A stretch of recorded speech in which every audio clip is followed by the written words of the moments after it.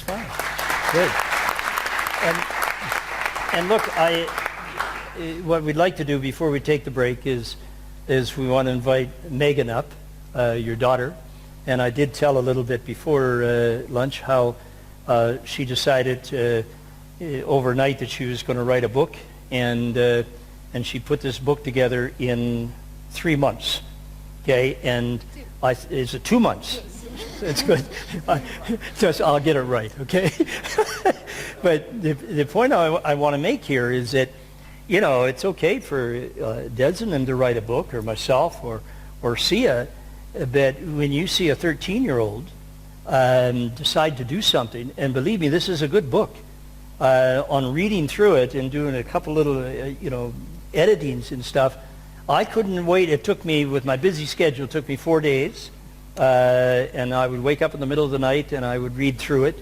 And I didn't read through it just because I wanted to do it for you guys. As I was reading it, the content of it was fantastic.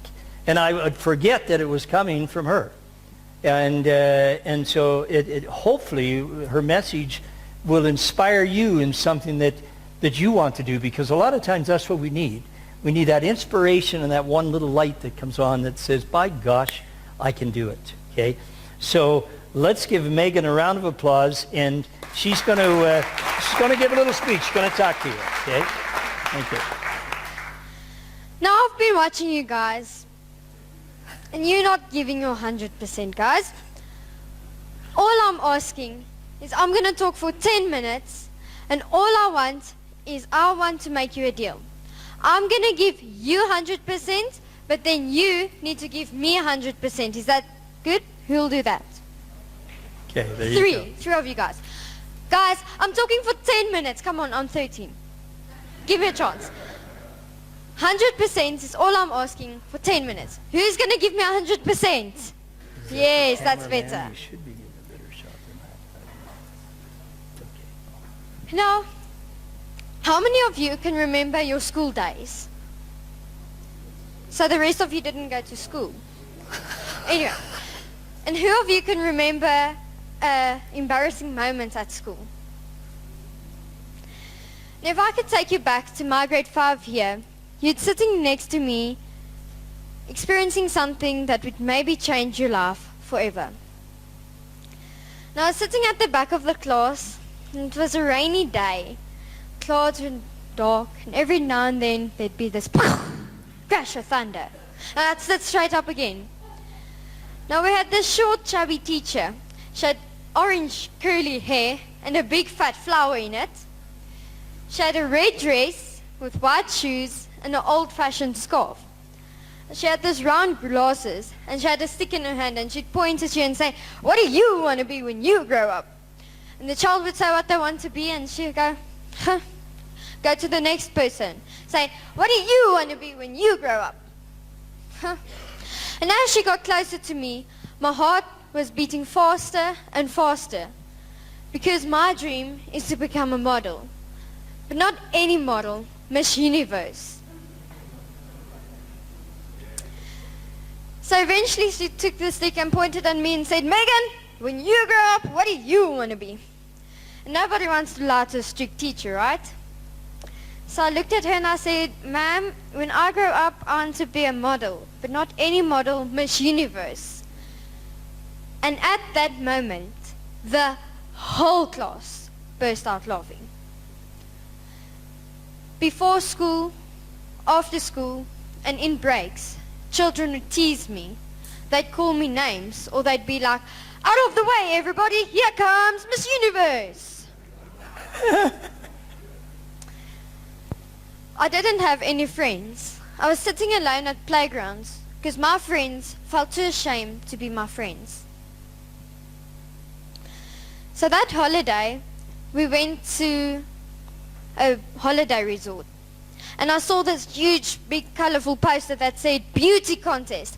And I was so excited and passionate, but then my heart sank again, because my little voice said to me, "Can't you remember what those kids said to you?" So I decided to enter anyway.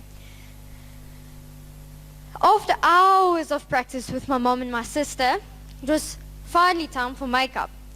after the makeup, I was standing backstage, and I could just see these flashing lights, fairy lights, and glitter all over the stage. And my mind was going crazy. It was saying, can't you remember what those kids said to you? You're going to make a fool of yourself. They said will never be able to make it as a model. Can't you remember the teacher? So finally I got up on stage and I did my walk. And as I was walking, the cheers got louder and louder. People were calling my name, going, Megan, Megan, Megan. Finally it was time to announce the winners. And we were all standing in a line, and it was pretty stiff competition. So they asked us if they announce your name to please step forward. So they called the second princess, the first princess, and they said, and the winner is Megan Werner. And at that moment, I just wanted to go, yes! But I decided to keep myself cool, and I got up and got my prizes. And as I was walking down stage, I had a bunch of flowers in my hand, a crown on my neck, and a sash around my body. And immediately my mind changed its tune and said, that wasn't that bad. I knew you could do it. And that day I learned something very powerful, is never listen to your own voice telling you that you can't.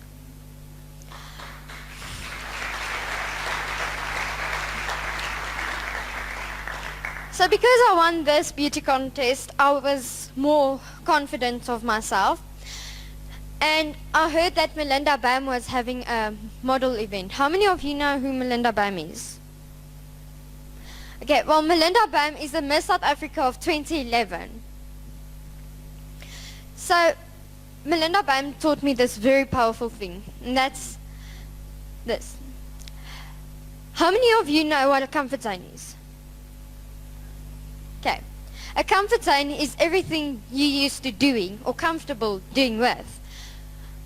How many of you can remember the first time you drove your car? You're very scared and unsure about yourself, but now it's easy. So that has become part of your comfort zone. So this represents your comfort zone. And as soon as you get out of your comfort zone, magic happens. So turn to the person next to you and say, this is my comfort zone. And turn to the other person sitting next to you and say, this is where the magic happens. So as soon as you get out of your comfort zone, magic is going to happen. Now when I wrote this book, it was out of my comfort zone. But believe me, magic happened and is still happening. So I've only got 20 books left that I want to sell, but they are the first books that are printed, so they'll be very valuable, and they'll be very valuable, and I'll sign them for you. But because Bill asked me to come talk here, I sell them for $1.99, but I'll sell them to you to $1.50 today.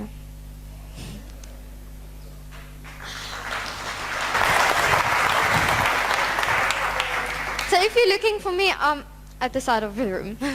Thank you very much. Go ahead. Isn't she wonderful? Yeah. And how many people here have a fear of public speaking? Okay. I mean, look at the fantastic job she did.